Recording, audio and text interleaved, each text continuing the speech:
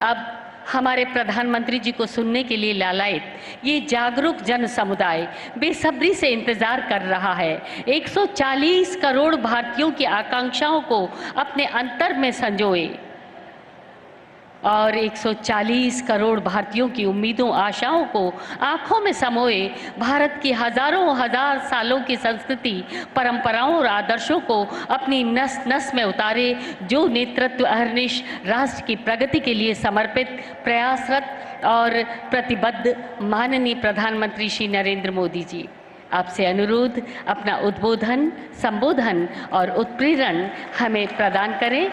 माननीय प्रधानमंत्री महोदय।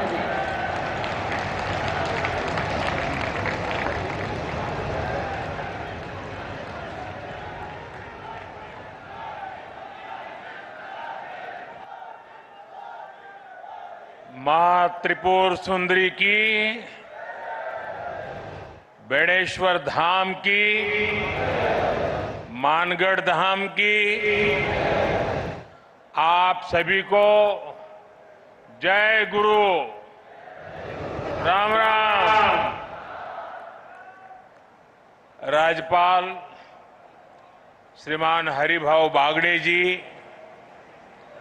यहाँ के लोकप्रिय मुख्यमंत्री श्री भजनलाल शर्मा जी, पूर्व मुख्यमंत्री बहन वसुंधरा राजे जी, मंत्रिमंडल में मेरे सहयोगी प्रहलाद जोशी जी, जोधपुर से हमारे साथ जुड़ रहे भाई गजेंद्र सिंह शेखावत जी, अश्विनी वैष्णव जी, बीकानेर से हमारे साथ जुड़ रहे श्रीमान अर्जुनराम मेघवाल जी, यहां उपस्थित उप मुख्यमंत्री प्रेमचंद बैरवा जी, दिया कुमारी जी, भाजपा के प्रदेश अध्यक्ष श्रीमान मदन राठौड़ जी, राजस्थान सरकार के मंत्रीगण, अन्य सभी महानुभाव, भाई और बहनों, आज नवरात्र के चौथे दिन मुझे बांसवाड़ा में मां त्रिपुर सुंदरी की धरती पर आने का सौभाग्य मिला है। मुझे कांठल और वागड़ की गंगा मानी जाने वाली माही मां के भी दर्शन हुए। माही का पानी हमारे आदिवासी भाई बहनों के संघर्ष और उनकी जीवटता का प्रतीक है। महानायक गोविंद गुरु जी के प्रेरणादायी नेतृत्व ने जो अलग जगाई, माही का पवित्र जल उस महागाथा का साक्षी है। मैं मां त्रिपुरा सुंदरी और मां माही को श्रद्धापूर्वक नमन करता हूं। साथियों, साधना और शौर्य की धरती से मैं महाराणा प्रताप, राजा बांसिया भील, उनको श्रद्धापूर्वक उनका पुण्य स्मरण करता हूं और उन्हें नमन करता हूं। साथियों, नवरात्रि में हम शक्ति के 9 स्वरूपों की पूजा करते हैं और आज यहां ऊर्जा शक्ति यानी बिजली उत्पादन से जुड़ा इतना बड़ा आयोजन हो रहा है। राजस्थान की धरती से आज बिजली क्षेत्र में भारत के सामर्थ्य का एक नया अध्याय लिखा जा रहा है। आज राजस्थान, मध्य प्रदेश, आंध्र प्रदेश, कर्नाटका और महाराष्ट्र में 90,000 करोड़ रुपए से ज्यादा के बिजली प्रोजेक्ट शुरू हुए हैं। 90,000 करोड़ रुपया से ज्यादा के प्रोजेक्ट्स एक साथ शुरू होना ये दिखाता है कि देश आज बिजली की रफ्तार से आगे बढ़ रहा है और इस रफ्तार में देश के सभी हिस्से शामिल हैं। हर राज्य को प्राथमिकता दी जा रही है। यहां राजस्थान में भी क्लीन एनर्जी प्रोजेक्ट और ट्रांसमिशन लाइन की आधारशिला रखी गई है। बांसवाड़ा में राजस्थान एटॉमिक पावर प्रोजेक्ट का शिलान्यास हुआ है। यहां सोलर एनर्जी प्रोजेक्ट का उद्घाटन भी हुआ है। यानी सोलर ऊर्जा से लेकर परमाणु ऊर्जा तक देश अपनी बिजली उत्पादन क्षमता को नई ऊंचाई तक लेकर जा रहा है। साथियों, आज तकनीक और उद्योगों के जमाने में विकास की गाड़ी बिजली से ही दौड़ती है। बिजली है तो उजाला है, बिजली है तो गति है, बिजली है तो प्रगति है, बिजली है तो दूरियां मिटती हैं और बिजली है तो दुनिया हमारे पास है। लेकिन मेरे भाइयों बहनों, हमारे देश में कांग्रेस की सरकार ने बिजली के महत्व पर ध्यान ही नहीं दिया।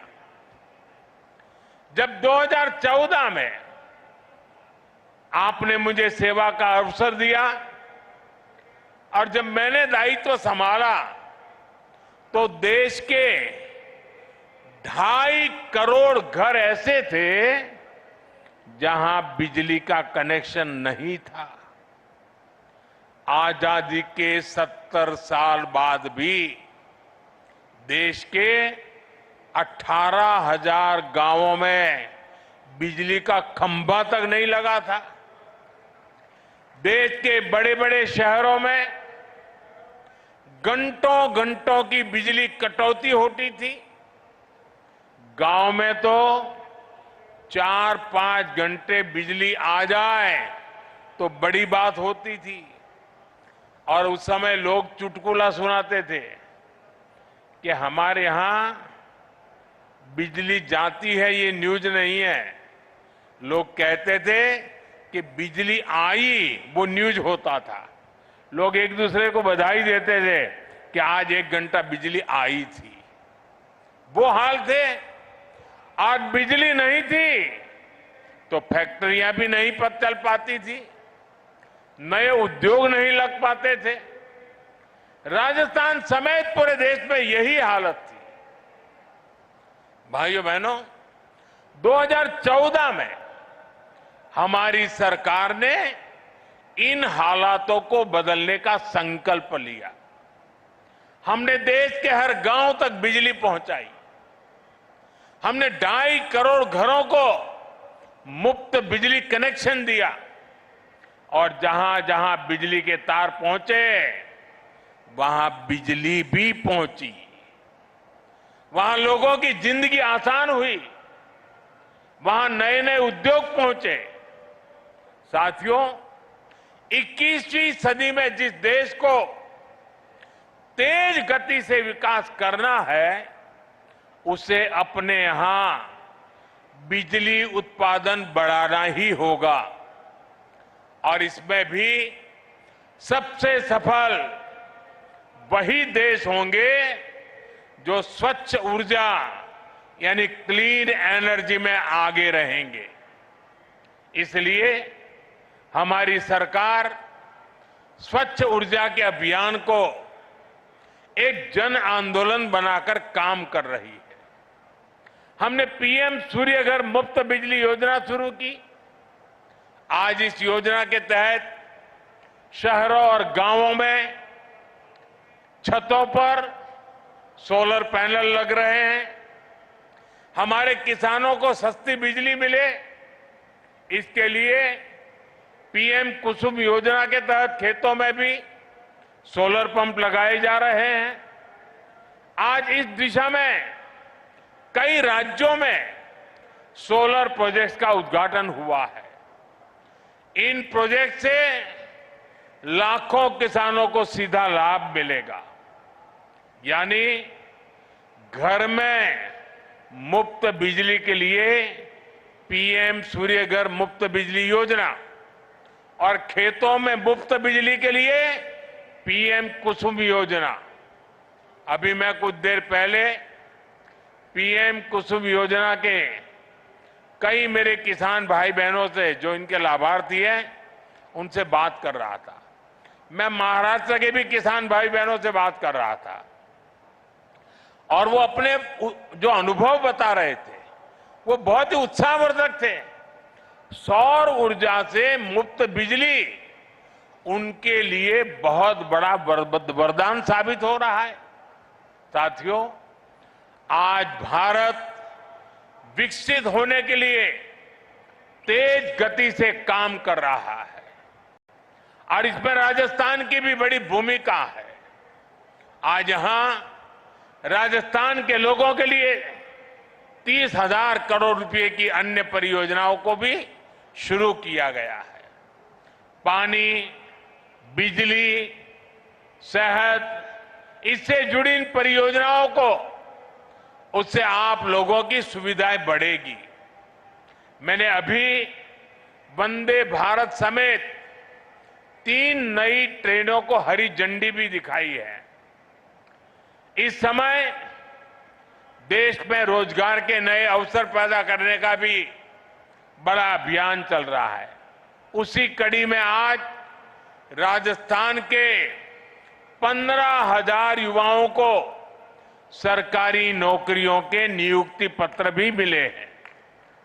मैं इन सभी युवाओं को जीवन की इस नई यात्रा की शुभकामनाएं देता हूं। मैं राजस्थान के लोगों को विकास की परियोजनाओं के लिए भी बधाई देता हूं। साथियों, मुझे खुशी है कि आज राजस्थान की भाजपा सरकार राज्य के विकास में पूरी ईमानदारी से जुटी है। कांग्रेस ने राजस्थान को लूटकर जो जख्म दिए, उसे भरने का काम हमारी सरकार कर रही है। कांग्रेस सरकार में राजस्थान पेपर लीक का सेंटर बन गया था। जल जीवन मिशन को भी कांग्रेस ने भ्रष्टाचार की भेंट चढ़ा दिया था। महिलाओं पर अत्याचार चरम पर था। बलात्कारियों को संरक्षण दिया जा रहा था। कांग्रेस राज में बांसवाड़ा, डूंगरपुर, प्रतापगढ़ जैसे क्षेत्रों में अपराध और अवैध शराब का कारोबार खूब पनपा। लेकिन जब यहां आपने भाजपा को मौका दिया तो हमने कानून व्यवस्था को मजबूत किया, योजनाओं में तेजी लाए। हम यहां बड़े बड़े प्रोजेक्ट लगा रहे हैं। आज राजस्थान में हाईवे, एक्सप्रेसवेज का नेटवर्क बिछाया जा रहा है। आज भाजपा सरकार राजस्थान को, दक्षिण राजस्थान को तेज विकास की राह पर आगे बढ़ा रही है। साथियों, आज पंडित दीनदयाल उपाध्याय जी की जन्म जयंती है। उन्होंने हमें अंत्योदय का सिद्धांत दिया था। अंत्योदय यानी समाज के आखिरी पायदान पर खड़े व्यक्ति का उत्थान। उनका ये विजन आज हमारा मिशन बन चुका है। आज हम बहुत सेवा भाव से गरीब, दलित, पिछड़े, आदिवासी सभी के हित में काम कर रहे हैं। सबका साथ, सबका विकास, इसी मंत्र को लेकर के चल रहे हैं। साथियों, कांग्रेस ने आदिवासी समाज को हमेशा नजरअंदाज किया, उनकी जरूरतों को कभी समझा ही नहीं। ये भाजपा सरकार है जिसने आदिवासी कल्याण को प्राथमिकता देते हुए अलग मंत्रालय बनाया, जब अटल जी की सरकार आई तब पहली बार आदिवासी मंत्रालय बना। उसके पहले इतने दशक चले गए, इतने बड़े महान नेता पैदा हो गए, लेकिन आदिवासियों के लिए एक अलग मंत्रालय नहीं बना। ये भाजपा सरकार आई, जब अटल जी आए तब बना। कांग्रेस के दौर में कोई कल्पना भी नहीं कर सकता था कि आदिवासी अंचल में इतने बड़े प्रोजेक्ट्स आएंगे। आज भाजपा सरकार में वो सब कुछ संभव है। अभी हमने मध्य प्रदेश के धार में एक बहुत बड़ा पीएम मित्र पार्क शुरू किया है और ये भी आदिवासी क्षेत्र है। इससे आदिवासी किसानों को, कपास उत्पादक किसानों को बहुत बड़ा लाभ होने वाला है। साथियों, भाजपा के प्रयासों से ही आज गरीब आदिवासी परिवार की बेटी आदरणीय द्रौपदी मुर्मू जी देश की राष्ट्रपति बनी है।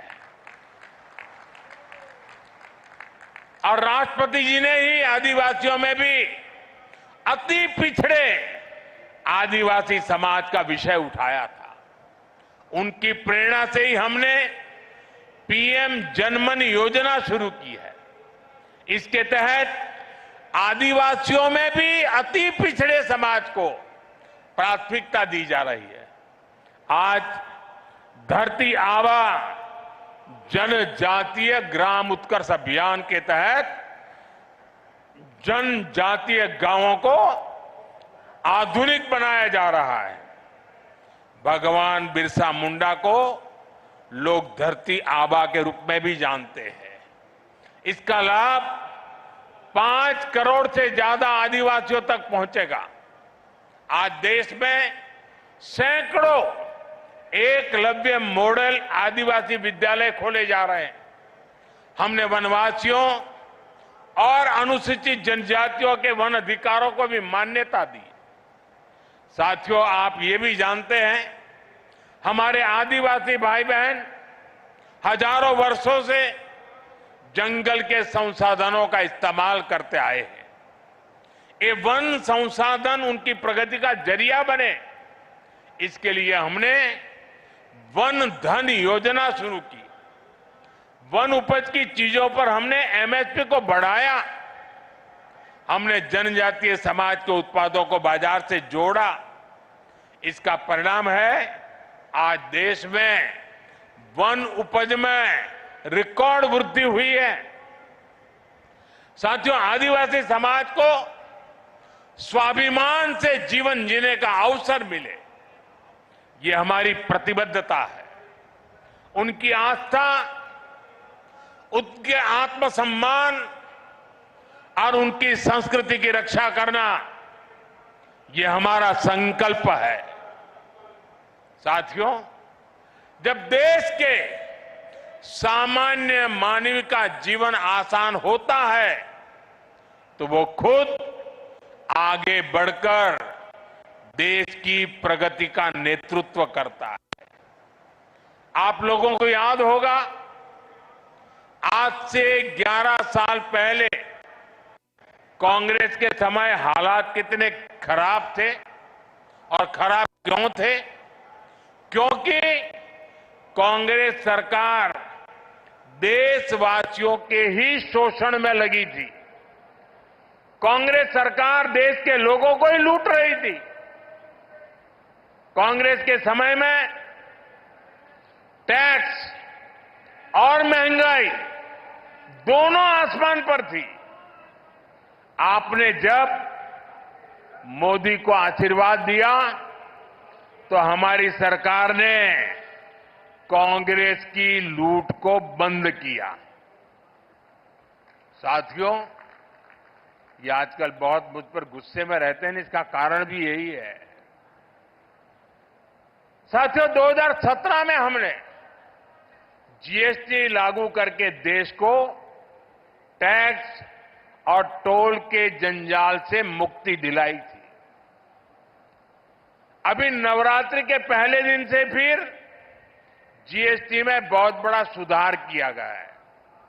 इसका नतीजा ये हुआ है कि आज पूरा भारत जीएसटी बचत उत्सव मना रहा है। हर रोज इस्तेमाल की जाने वाली ज्यादातर चीजें सस्ती हो गई हैं। यहां इतनी बड़ी संख्या में माताएं बहनें आई हैं और जब मैं अभी जीप में आ रहा था, सब माताएं बहनें आशीर्वाद दे रही थी। घर में माताओं बहनों के लिए रसोई का खर्च कम हो गया है। साथियों, साल 2014 से पहले अगर आप साबुन, शैम्पू, टूथपेस्ट, टूथ पाउडर ऐसे रोजमर्रा के सामान पर अगर आप 100 रुपये की चीज खरीदते थे, तब ये 100 रुपये का सामान आपको 131 रुपये का पड़ता था। सामान 100 का और देना पड़ता था 131 रुपया। और 2014 के पहले की बात कर रहा हूं। जो आजकल बयान बहादुर भांति भांति के झूठ फैला रहे हैं ना, यानी कांग्रेस सरकार 100 रुपये की खरीद पर 31 रुपये टैक्स लेती थी। 2017 में जब पहली बार हमने जीएसटी लागू किया तो यही 100 रुपये का सामान सिर्फ 18 रुपये बढ़े और 118 रुपये में आने लगा। यानी कांग्रेस सरकार से भाजपा सरकार आते आते 100 रुपये पर 13 रुपये की बचत हुई। अब 22 सितंबर को हम दोबारा जीएसटी को रिफॉर्म किया। जीएसटी रिफॉर्म के बाद जो 14 के पहले 100 रुपये का 131 रुपया देना पड़ता था, अब 100 रुपया में सिर्फ 5 रुपया टैक्स लगता है, सिर्फ 105 रुपया देना पड़ता है।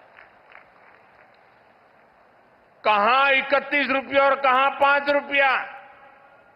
यानी कांग्रेस के जमाने की तुलना में आज आपको 100 रुपये की खरीदारी पर 26 रुपये की बचत हो रही है। माताएं बहनें तो महीने के बजट का पूरा हिसाब रखती है। हम हिसाब से तो दर महीने अब आपको सैकड़ों रुपये की बचत होने वाली है। साथियों, जूते चप्पल तो सबकी जरूरत होते हैं। कांग्रेस के राज में अगर आपको 500 रुपये का जूता खरीदना होता था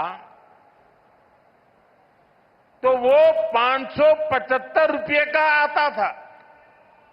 यानी 500 का जूता और बिल आता था 575। यानी कांग्रेस 500 रुपये के जूते पर 75 रुपये का टैक्स आपसे वसूलती थी। हमने जीएसटी लागू किया तो टैक्स 15 रुपया कम हो गया। अब नए जीएसटी के बाद आपको इसी जूते पर 50 रुपया कम देना पड़ेगा। पहले 500 से ऊपर के जूतों पर और भी ज्यादा टैक्स लगता था। हमने वो 500 वाला स्लैब भी हटा दिया। अब हमने जो 500 तक का स्लैब था उसको हटा करके 2500 रुपये तक जो जूते उसका टैक्स भी कम कर दिया। साथियों, एक सामान्य परिवार का सपना होता है कि उसके पास एक स्कूटर या मोटरसाइकिल हो।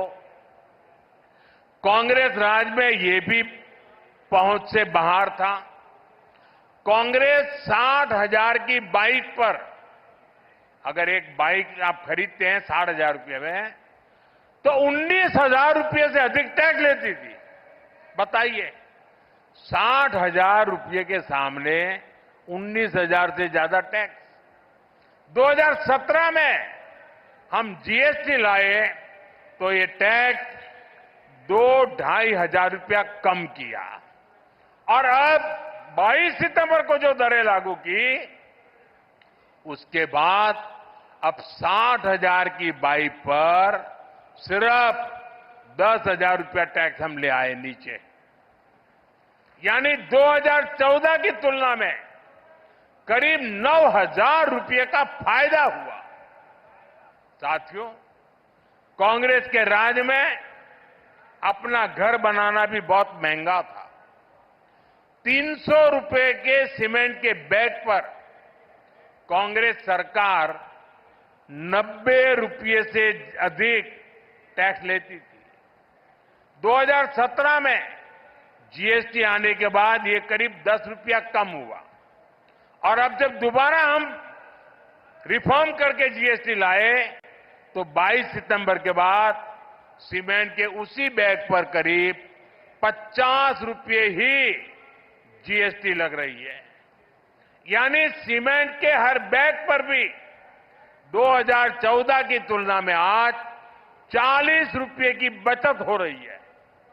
यानी कांग्रेस राज में जहां लूट ही लूट थी, वहीं आज भाजपा की सरकार में बचत ही बचत है और तभी तो देश जीएसटी बचत उत्सव मना रहा है और जीएसटी बचत उत्सव को पूरे देश में मनाया जा रहा है।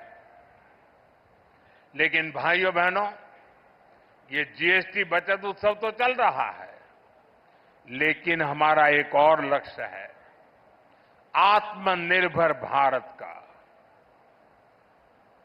हम किसी और पर निर्भर न रहें, ये अब बहुत आवश्यक है और उसका रास्ता जाता है स्वदेशी के मंत्र से और इसलिए हमें स्वदेशी के मंत्र को भूलना नहीं है।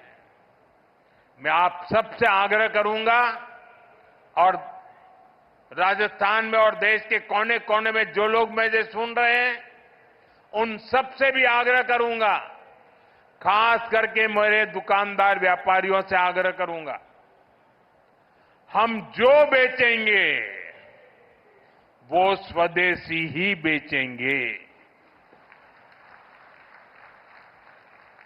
और मैं देशवासियों से आग्रह करूंगा, हम जो खरीदेंगे वो भी स्वदेशी ही खरीदेंगे। हम दुकानदार को पूछेंगे, बताओ भाई ये स्वदेशी है कि नहीं है? और मेरी तो स्वदेशी की व्याख्या बहुत सिंपल है, कंपनी दुनिया के किसी भी देश की क्यों न हो, ब्रांड दुनिया के किसी भी देश की क्यों न हो, लेकिन वो हिंदुस्तान में बनने वाला होना चाहिए, हिंदुस्तान के मेरे नौजवानों की मेहनत से बना हुआ होना चाहिए, मेरे देश के लोगों के पसीने की उसमें महक हो, उसमें मेरे देश की मिट्टी की महक हो, मेरे लिए वो सब स्वदेशी है। और इसलिए मैं सभी व्यापारियों को कहता हूं, दुकान पे एक बोर्ड लगाइए, गर्व से कहो ये स्वदेशी है। जब आप स्वदेशी खरीदते हैं तो वो पैसा देश के ही किसी कारीगर, कामगार और व्यापारी के पास जाता है। वो पैसा देश के बाहर न जाकर देश के विकास में लगता है। उससे नए हाईवे बनते हैं, नई सड़कें बनती हैं, स्कूल बनते हैं, अस्पताल बनते हैं, गरीबों के लिए घर बनते हैं।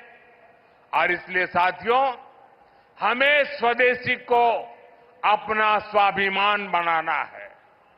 मैं चाहूंगा त्योहारों के इस मौसम में आप सब स्वदेशी ही खरीदने का संकल्प लें। इसी संकल्प के साथ मैं एक बार फिर विकास और रोजगार से जुड़ी ढेर सारी परियोजनाओं के लिए आप सबको बहुत बहुत बधाई देता हूं। बहुत बहुत धन्यवाद। मेरे साथ पूरी ताकत से बोलिए, भारत माता की। दोनों हाथ ऊपर करके मां भारती का जय जयकार करें। भारत माता की, भारत माता की, भारत माता की। बहुत बहुत धन्यवाद।